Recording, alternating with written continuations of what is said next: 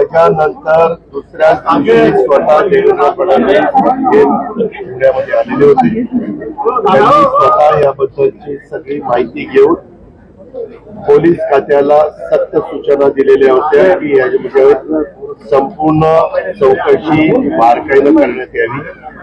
राज्याच्या मुख्यमंत्र्यांनी पण या केसमध्ये फार बारकाईनं लक्ष घालून त्याच्या चौकशीच्या बद्दलचे आदेश दिलेले होते आणि ते पण वेळोवेळी माहिती घेत आहे.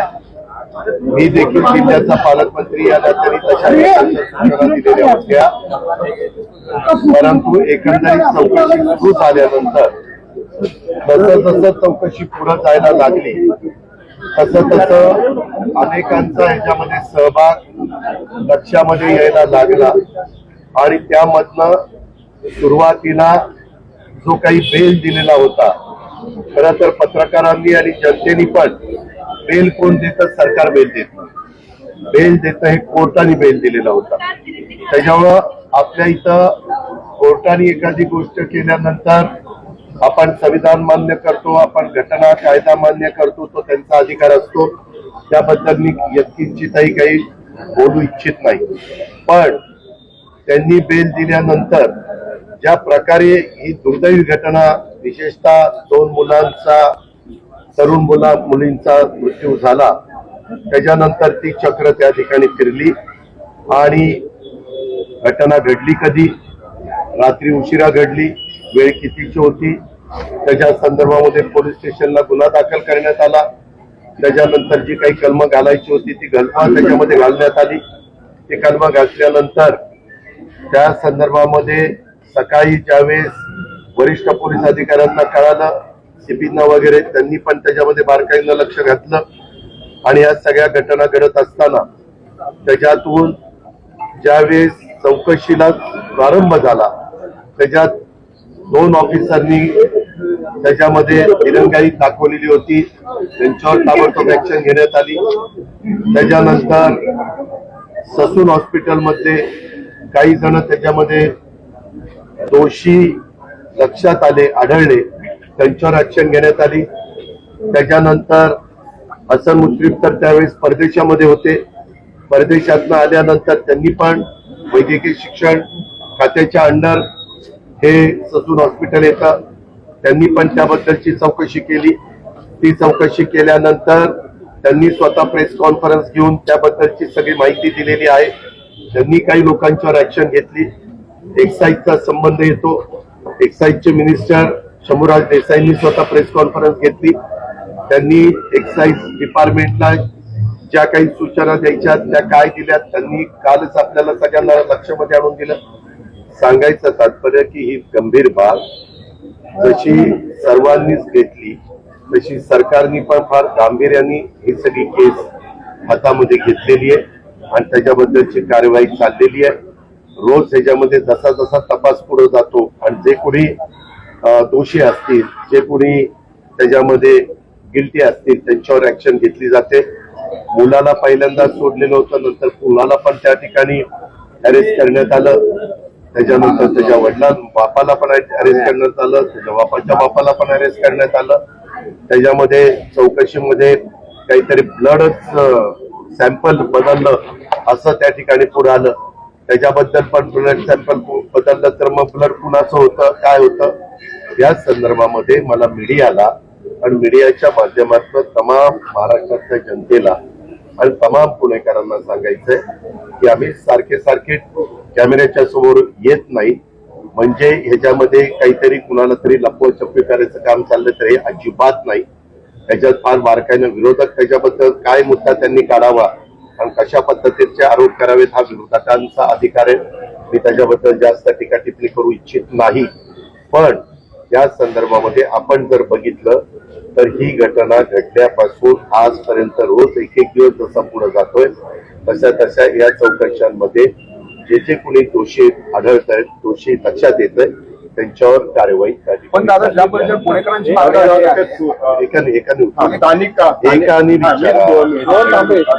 स्थानिक आमदाराची माणसं त्या दिवशी सकाळी तिथे दिवसभर होते, सकाळपासून संध्याकाळपर्यंत होते आणि म्हणून त्यांच्याकडे एक शंकेने चौकशी करू द्या ना. काय आहे, आता मी पण बारामतीचा 32 वर्ष आमदार आहे. आम्ही कामामुळं मुंबईमध्ये असतो, पुण्यामध्ये असतो, आम्ही मतदारसंघात असतो. जे आमदार आहेत ते बहुतेक मतदारसंघात असतात, शहरी भागातले पण आमदार मतदारसंघात असतात. त्यांच्या भागामध्ये जर एखादी गोष्ट घडली तर आमदाराला रात्री अपरात्री तिथं जावं लागतं. पाठीमागच्या काळामध्ये त्या सुनील टिंगरेंच्या भागामध्ये एक स्लॅब का काहीतरी कोसळलं होतं, तुम्हाला आठवत असेल, आणि त्याच्यामध्ये काही जण निष्पाप लोक मृत्युमुखी पडली. ताबडतोब तो त्या ठिकाणी पोहोचला आणि त्याबद्दलची जे काही लोकप्रतिनिधी या नात्याने ज्या गोष्टी करायच्या असतात ते करतात. दुसरी गोष्ट, ज्यावेळेस आपल्यामध्ये पुण्यामध्ये पूर येतो किंवा आणखीन काही घटना घडतात त्याही वेळेस हे पुण्यातले बहुतेक लोकप्रतिनिधी ताबडतोब त्यांच्या कार्यकर्त्यांना, त्यांच्या सहकार्यांना घेऊन त्या ठिकाणी पुढे येतात आणि त्याच्यामध्ये मदत करण्याचा प्रयत्न करतात, चौकशी करण्याचा प्रयत्न करतात. जे काही दोषी असतील त्यांच्यावर कारवाई करा अशा पद्धतीने ते त्या ठिकाणी सांगतात. ही घटना घडली, ही रात्री उशिरा घडलेली.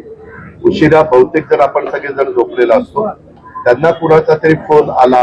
आता फोन कुणाचा आला, काय आला, त्यांनी त्याच्याबद्दल सांगितलेलं आहे आणि त्याच्यातनं तो पोलीस स्टेशन मध्ये आला आणि पोलीस स्टेशन मध्ये त्यांनी ती सगळी गोष्ट पाहिली. त्यांनी कुठंही कुणाला पाठीशी घाला अशा पद्धतीनं सांगितलं नाही. त्या संदर्भामध्ये कुणीही, आता काही जण तर माझ्यावरच घसरले. वास्तविक तुम्ही सगळे मीडिया मला ओळखता, मला माझ्या जवळच्या कार्यकर्ता चुकला आला तरी मी तिथं जर तो चुकीचा वागलेला असेल, कायदा हातामध्ये घेण्याचा प्रयत्न त्यांनी केलेला असेल तर मी स्वतः जाहीर भाषणामध्ये पण सांगतो आणि अधिकाऱ्यांना पण सांगतो, संबंधितांना टायरमध्ये घ्या आणि जे काही नियमानिक कारवाई असेल ती त्या ठिकाणी करा. याबद्दल शेवटी आमदार म्हणून, मंत्री म्हणून किंवा लोकप्रतिनिधी म्हणून ज्या काही गोष्टी असतात त्या त्यांच्या कानावर आल्यानंतर असं कोणी केलं का की याच्यामध्ये ते प्रकरण दाबायचा प्रयत्न केला, घटना घडल्यानंतर ते काय ते तुमचं गुन्हा दाखल करण्याच्या करता जी कारवाई पोलिसांनी करायला पाहिजे ती करून दिली नाही वगैरे, असं काही झालेलं नाही. सगळी गोष्ट ज्या त्या पद्धतीनं झालेली आहे. परंतु याच्यात काही वेगवेगळ्या डिपार्टमेंटचे लोकांनी चुका केल्या. ह्या चुका लक्षात आल्यानंतर चौकशीमध्ये त्यांच्यावर जी कारवाई करायला पाहिजे होती त्या डिपार्टमेंटच्या वरिष्ठांनी ती कारवाई केलेली आहे. तुम्हाला कुठले मल्टिपल कॉल्स आलेत वगैरे नाही, तुम्ही सीपींना काहीतरी मी सीपींना वरचेवर फोन करत असतो काही ना काही कामाच्या निमित्तानं. या केसमध्ये मी सीपींना फोन केलेला नाही, कारण माझं सीपींचा केस झाली किंवा त्याच्यानंतर मी होतो कुठं मी सीपींना सांगितलेलं नाही. मी सीपींना सांगितलं असतं तर मी बोललो असतो ना की मी सीपींना फोन, आणि जर मी यदा कदाचित फोन केला असता तर मी काय सांगितलं असतं की अशा पद्धतीनं पुण्यामध्ये घडलेलं आहे, जे कोणी दोषी असतील त्यांच्यावर कारवाई करा, दोषी असणाऱ्यावर कारवाई करा, हे सरकारमधल्या लोकप्रतिनिधीचं सांगणं कामच आहे. पण दादा दुसरे प्रश्न होता की तुमचे आमदार दिलीप मोहिते जे आहेत ज्या पद्धतीनं प्रांताधिकाऱ्यांवर दबाव आणतायत, काल त्यांनी शेवटी एक मिनिट थांबा. ती जर पूर्ण हिस्ट्री तुम्ही बघितली तर त्याच्यामध्ये स्वतः कलेक्टरांनी पण सांगितलं काय झालं ते. तुम्ही कारण नसताना प्रत्येक वेळेस एखादा अधिकारी बोलला म्हणजे त्या अधिकाऱ्याचं खरं आणि आमदाराचं खोटं असं कसं तुम्ही समजता. एक मिनिट तरचा नाही. त्या संदर्भामध्ये जिल्हाधिकाऱ्यांनी पण त्याच्याबद्दल, माझी जिल्हाधिकाऱ्यांची भेट झाली होती त्यावेळेस सांगितलं, कारण माग तिथं जमिनीचा मोबदला घेण्याच्या करता काही वेडेवाकडे प्रकार चाललेले होते. त्यावेळेस राजेश देशमुख कलेक्टर होते. मी राजेश देशमुखांना एवढंच सांगितलं, जर कुठला आपला रेव्हेन्यूचा अधिकारी चुकीचं करत असेल तर त्याच्या ती जबाबदारी काढून घ्या त्याच्याकडची आणि दुसऱ्यावर द्या. हे तर मी नेहमी, आज बाळांनो पत्रकार मित्रांनो, मी आज 30-32 वर्ष काम करतोय. यामध्ये जर कुठल्या अनेक बाबतीमध्ये मला प्रशासनाकडनं काही तक्रार आली वरिष्ठांच्याकडनं की हा कुठंतरी चुकीचं वागतो, तर त्यावेळेस मी अधिकाऱ्यांना सांगतो, वरिष्ठांना, की तुमच्या कायद्याच्या नियमाच्या चौकटीमध्ये बसून जी काही कारवाई तुम्हाला करता येईल ती करा. कुणाला कारण नसताना त्रास होईल असं वागू नका. हे तर सांगायचं कामच आहे आपलं. दरंडेश्वरची चौकशी एसीबीनी सुरू केली अशी माहिती कळते. ओपन इन्क्वायरी चालू आहे भ्रष्टाचाराच्या प्रकरणात. काय आपल्याला काय त्रास होतो? जी काही चौकशी, एक मिनिट, ज्याच्या कुणाच्या बद्दल भ्रष्टाचाराच्या बद्दल तक्रार असेल त्याची चौकशी करणं हे चौकशीचा अधिकार ज्यांच्या हातात आहे त्यांचं कामच आहे. त्याच्यात वेगळं काय घडलं? ईडीनी चौकशी बंद केल्यानंतर असू द्या ना. जर एखाद्याने चौकशी बंद केली आणि नंतर दुसऱ्या कुठल्या डिपार्टमेंटला वाटलं की चौकशी केली पाहिजे तर केली पाहिजे. ती तुमची असेल, आणखीन कुणाची असेल, आमची कुणाची असेल, केलीच पाहिजे. जाणीवपूर्वक नाही, मला एक मिनिट, मला जाणीवपूर्वक कुणी अडचणीत आणत नाही. तुम्ही काळजी करू नका. तुमच्यासारखे हितचिंतक माझ्या पाठीशी आहेत आणि मी माझ्या राजकीय जीवनात काम करत असताना कुठेही वेडवाकडं काम करत नाही. त्याच्यावर मी निर्धास्त असतो. सुनील तटकरे म्हटले की शरदचंद्र पवार गट, मला त्याच्यातलं काही माहिती नाही. तुम्ही कोणतरी बोललंय आणि म्हणून याच्याबद्दल तुमचं काय मत आहे जी मला माहिती आता, अरे बाबा मला माहिती नाही म्हणल्यानंतर मी काय करू? मी त्यांच्या प्रांताध्यक्षाच्या वरचा आहे तरी मला माहिती नाही. मी राष्ट्रीय अध्यक्ष आहे. आणि दुसरी गोष्ट, मला आता जे काही माहिती होतं तेवढं मी सांगितलं.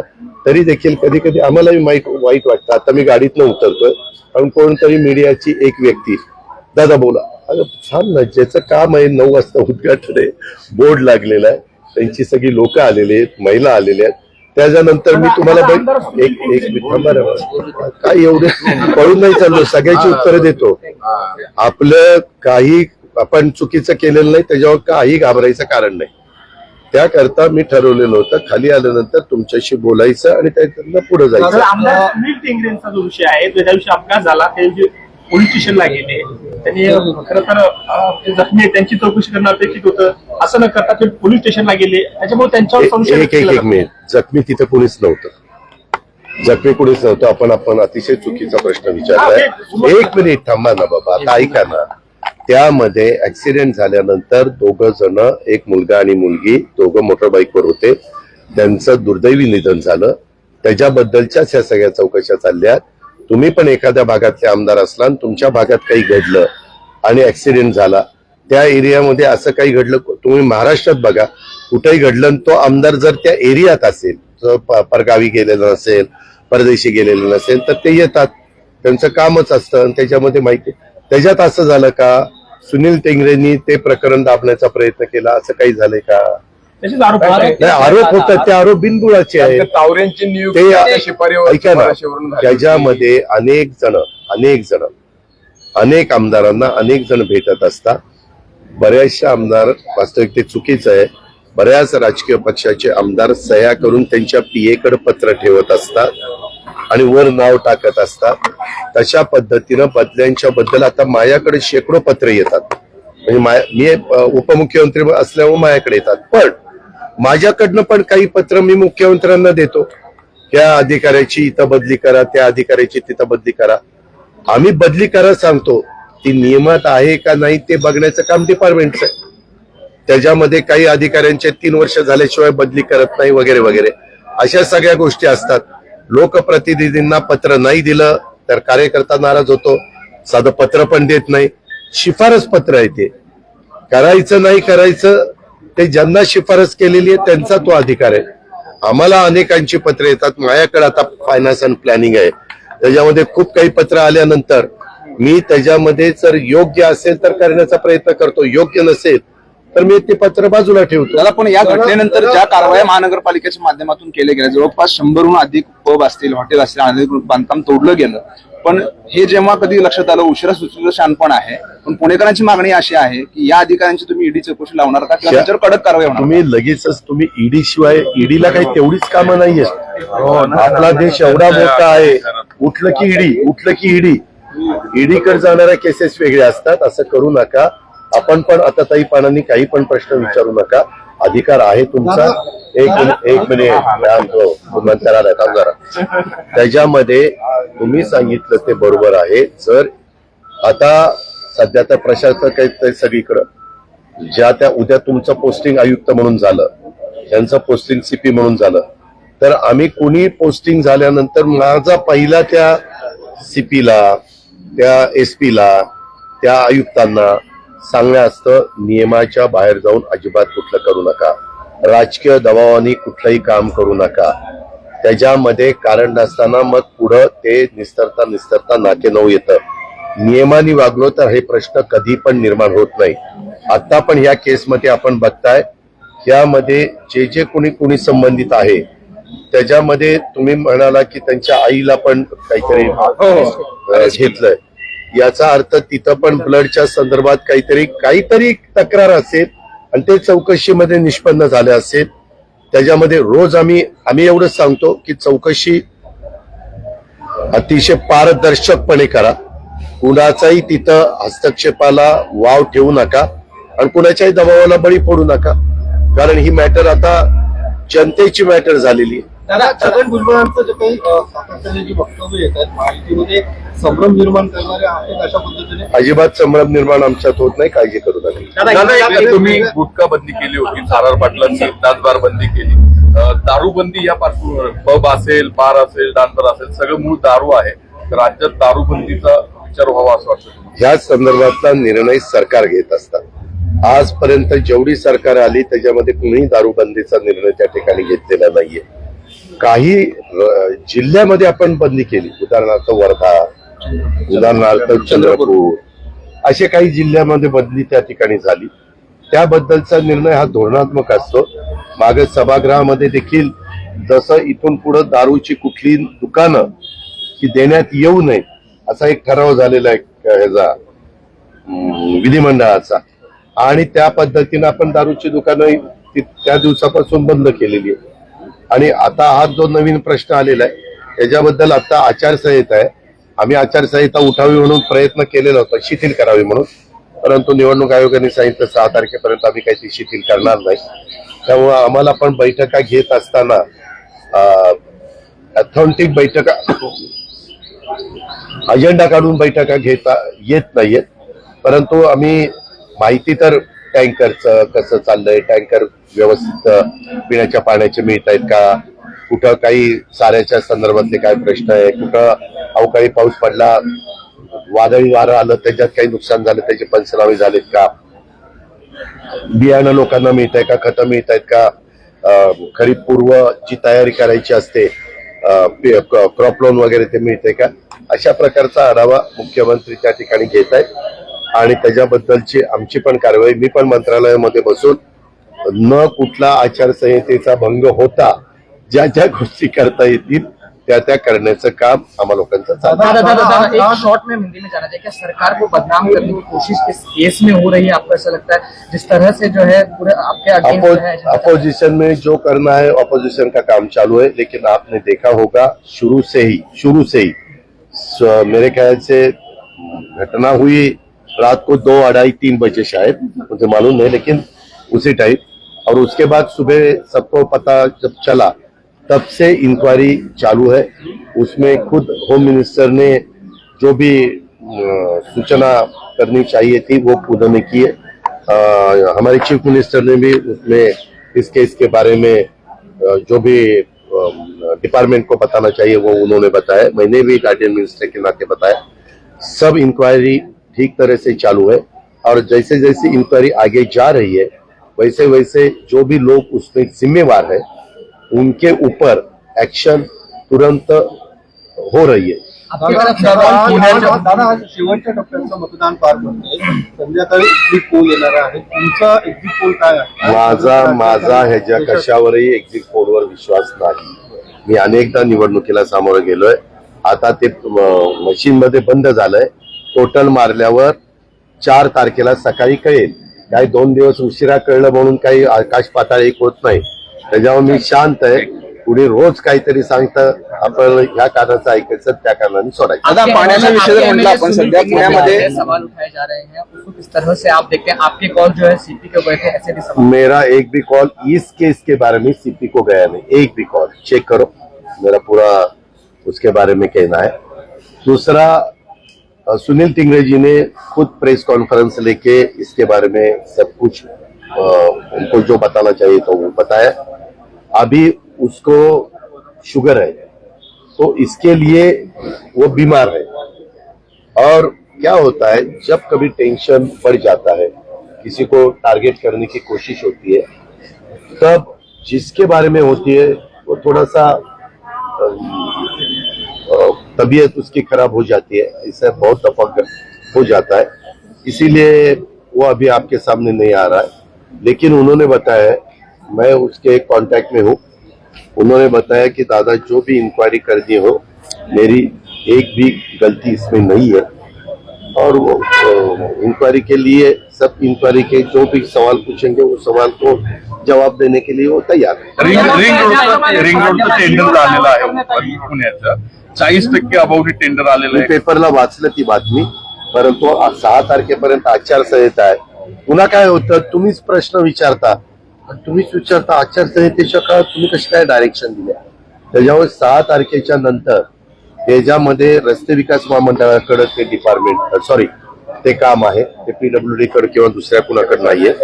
त्याच्यावर दादाजी भुसे आणि मुख्यमंत्र्यांशी मी त्या ठिकाणी बोली, असं इतकं 40% जास्त याचं काही कारण नाही।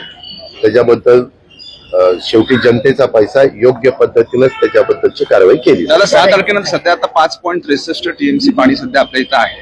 6 तारखेनंतर पुण्याच्या पाणी कपातीबाबत निर्णय होणार आहे।